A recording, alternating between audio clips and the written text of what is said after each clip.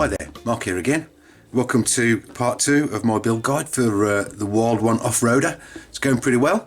We've got this far so far. So we got up to step 12, I think it was, in the build guide. So we've got all the front suspension fitted and the shocks done for the front. We've got the frame rails fitted, and so it's on to step 13 where we're going to start building the gearbox and opening parts bag B. Okay, for step 13, the first thing you'll need is part E3, which is this half of the gearbox case. You might put your bushing in there. I've put my 1150 bearing in there instead. There's this small part A10, that red plastic part, that needs to go on with a 12mm screw. Then all we need to do is get your long gearbox joint, push that through the bearing. It says you can use a bit of tape to hold this in if you want. The next thing we need to do is to put on the first bevel gear. The two bevel gears are different.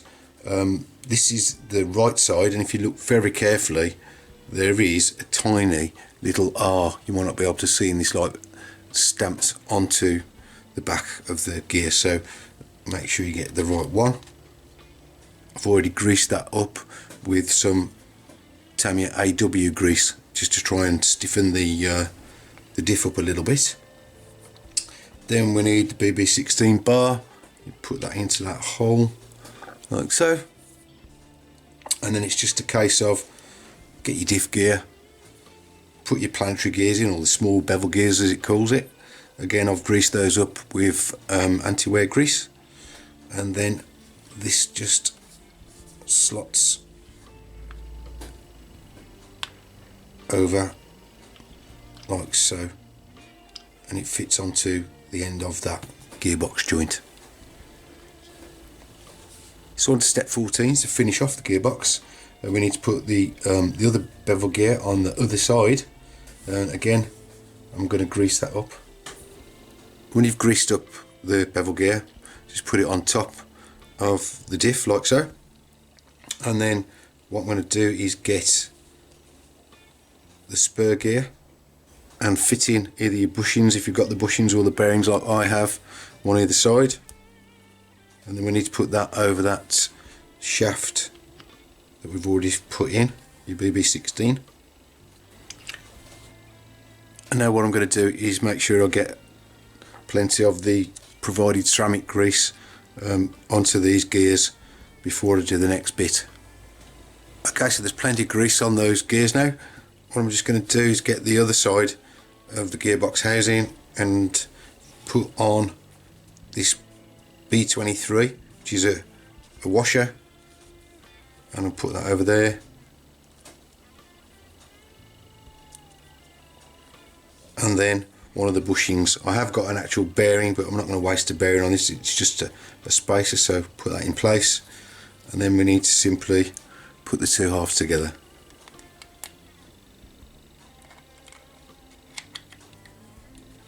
And here you can see that turning around now, so I think that's good to go. So all we need to do now is get the 4 screws into the case.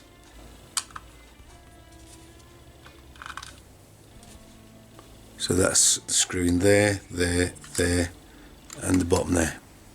Once those screws are tightened, you need to turn it over. Look at the orientation of this part of the diagram. You've got the red plastic part that says oil on it upside down there. Okay, so if you put your gearbox case like that, you need this metal part here, which is a BB7, and there's a lug there that this kind of rests on, and then you put in from this side a 3B6 screw,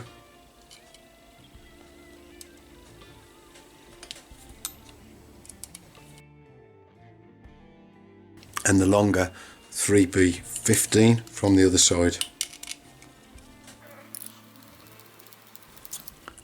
And that's your gearbox assembly finished.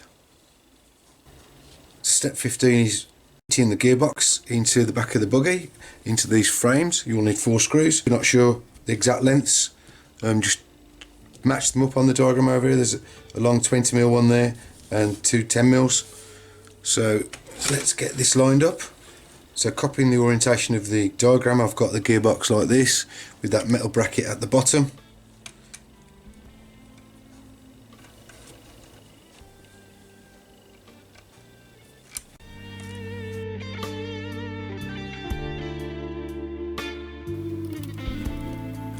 And the long 20mm screw goes through that red bracket there into the casing, to the gearbox case. And then it's just showing putting the self tapper through the bottom of the chassis there just to hold this part of the railing.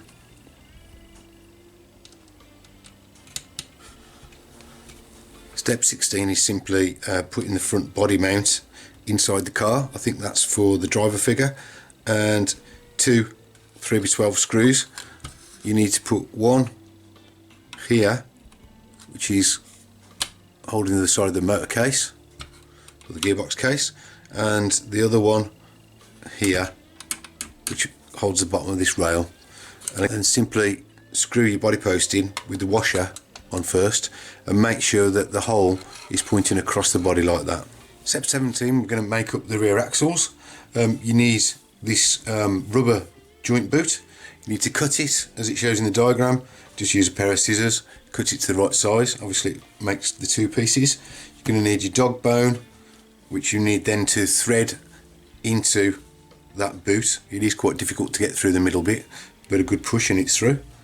And you need parts E4 and E1, which are the trailing arms themselves, and you need to get your bearing or your bushing, push that onto the inside. You get your wheel shaft, that goes in like so, nice and simple. And then, this is the disappointing part for me anyway, you need to put that joint in there.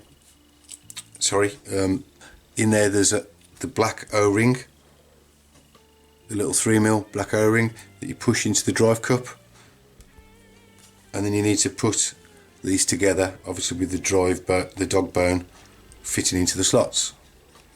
Trouble is that this boot is pretty useless as it is, and I'll show you why. Just check it out so you can see. If I push that in, can you see the gap in the drive boot? I hope it's coming across. I know it's a bit dark on camera, but basically it's not stopping anything getting in. And to be honest with you, the point of this is to keep the dirt out of those joints, the drive joints, and all that's going to do, if any dirt gets in, it's going to hold it all in there, so that's completely useless. So the first thing I did was I got a zip tie and a zip tied round it, but what happened was when I put it in, that head of the zip tie, see these the ribs here on the actual trailing arm, the head was getting caught. Again, I'm not sure if it's coming across because it's so dark, but it's getting caught on those ribs, so that didn't work. But I found a solution, which was to get a thin piece of wire like this. I've just bent this round the shock body actually to get the shape, and then all you need to do is fit that around the rubber boot like so. Get yourself a pair of pliers like this, and then just twist it round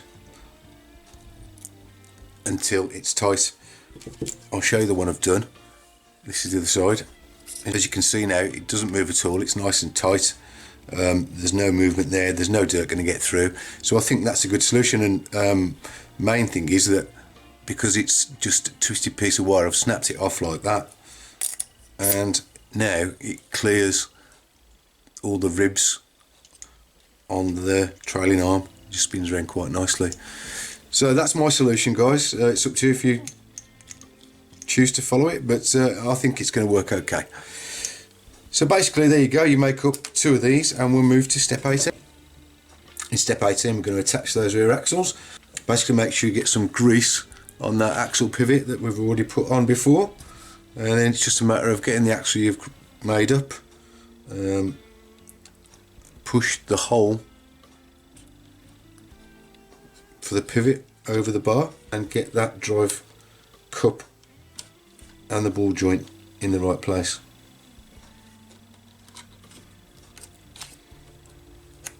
You'll feel it when it all goes in together, because you'll be able to turn the wheel shaft and it'll be turning the gearbox, which it is. Okay, and now we just need to hold this trailing arm on with either a BB9 or a BB8, depending on which side it is. It's actually marked left and right, and obviously when you put in the trailing arms on, make sure that you've got this hole here, if you can see that, at the top, because that's where the shock's going to mount. So that's how you know which way around they go. So you just get your metal bracket, again place it over the pivot shaft, and then it should line up with these two holes here in the body, sorry, the chassis, and just get your two little 6mm screws to hold that in.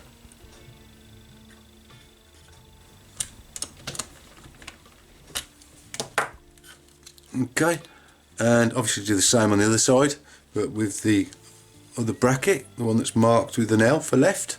You might be able to see that on this side I've managed to get a zip tie round that rubber drive boot onto the output drive cup, so even without cutting the head down on that, hopefully you can see it spins round and doesn't catch anything. So I recommend putting a zip tie on that end of the drive boot, stopping any rubbish and dirt getting in there. So I'll just do the same on the side, and to finish off part 18 you need to get this metal shaft, which is a BB14, across the back here, and you put a BB19 20mm screw, one in each end. Step 19 is attaching the pinion to the motor. You get a choice of two, a 15 and an 18. I'm going to go like most, I think, and put the faster 18 pinion on, the 18 tooth. Put your little grub screw in the threaded hole, get your motor, find the flat there on the shaft. That grub screw needs to go onto the flat part, obviously. What you need to do is set that, as it says here, 16mm away from the base of the motor, the end of the motor. So got my caliper set to 16.01, I can't get it any closer, and just make sure that's right before nipping up that grub screw. Yep, looks fine to me. Straight on to the next step, which is 20, which is attaching the motor. You'll need the two long silver screws, 3x27s. You choose the right holes in the motor case to put those screws through. For the 18, you're going to need the one at the top on the left and the one on the right at the bottom. Okay, when those are done up, you should be able to just turn the axles and make sure that that's meshing up okay. You can see that just about there, spinning round, it's meshing up. So we can put the cover on, which is this red part A6. I'm just going to put a bit of grease around the joints just to make sure it can stop any dirt and dust getting in there.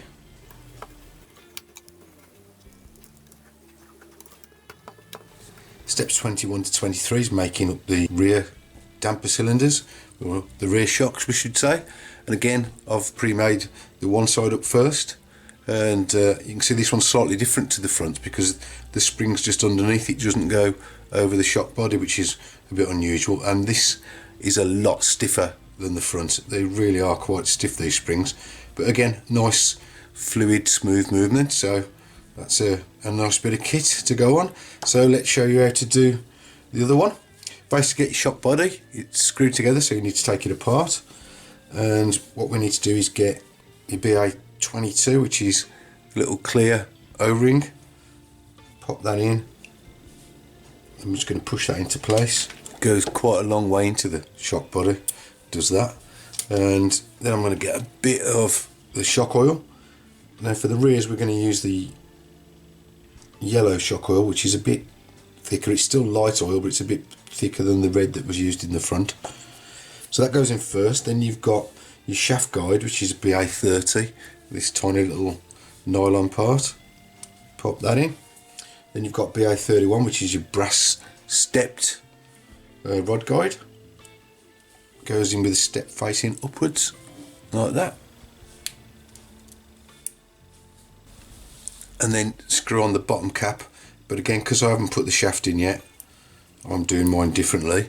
Don't screw it up all the way, because you're going to pop the shaft through there in a sec. And there it is, the shaft. I've already put that one pesky C-clip on. Now the only difference between this and the front as concerns the actual internals is this part here, which is W3. So the piston for this is much bigger and it's got the two holes in, and you'll find W3 on this parts tree. Place it over and then get your pesky E-clip and try not to fly it across the room as we clip it on.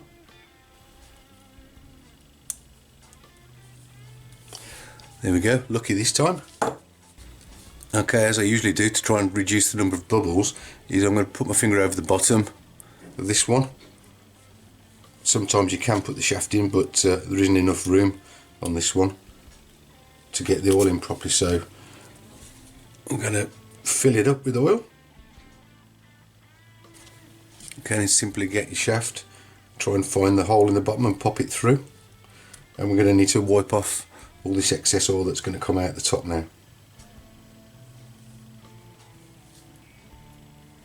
As you can see, we haven't got any bubbles in there. Okay, and as it shows in the diagram, on the next step, you need to put the piston a few millimetres down from the top, and then put on your top rubber cap, which is a BB28. And again, more oil should come out. Clean that off. And it's simply a matter of getting your top cap, screwing that on, and you can use the two to tighten up against each other like this. So you just need to screw on the shock bottom, which is the black plastic 5mm ball joint. Again, I don't think this goes on all the way, it only goes on partially up that thread, so don't try and screw it all the way to the top. Just stop when you feel resistance. So there is quite a bit of thread left sticking out there, and then we need to get the spring. Slide that on, and then you need the shock bottom cap, which is BA28. Just put that in place. And the last thing we need to do is put the rubber bushing, the BA32, through the top eye. Just pop it in. And finally this part, BB27, which is the ball collar, which needs to be clipped in through the bottom ball joint with a pair of pliers. Like that. Step 24 is attaching those dampers that we've just built. So same either side.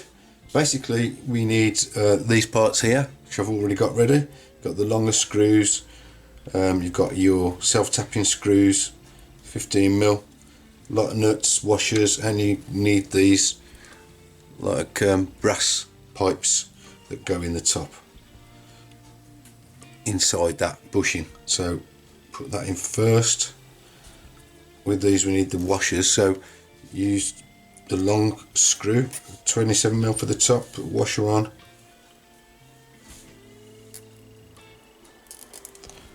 and then that goes on the top mount here, and then we need to fiddle about and get the lock nut on the other side, and get the top one in place, and then it's the self tapper and a washer in the bottom. And because we've got that metal part ball collar already in the bottom, we don't need to put anything else in place.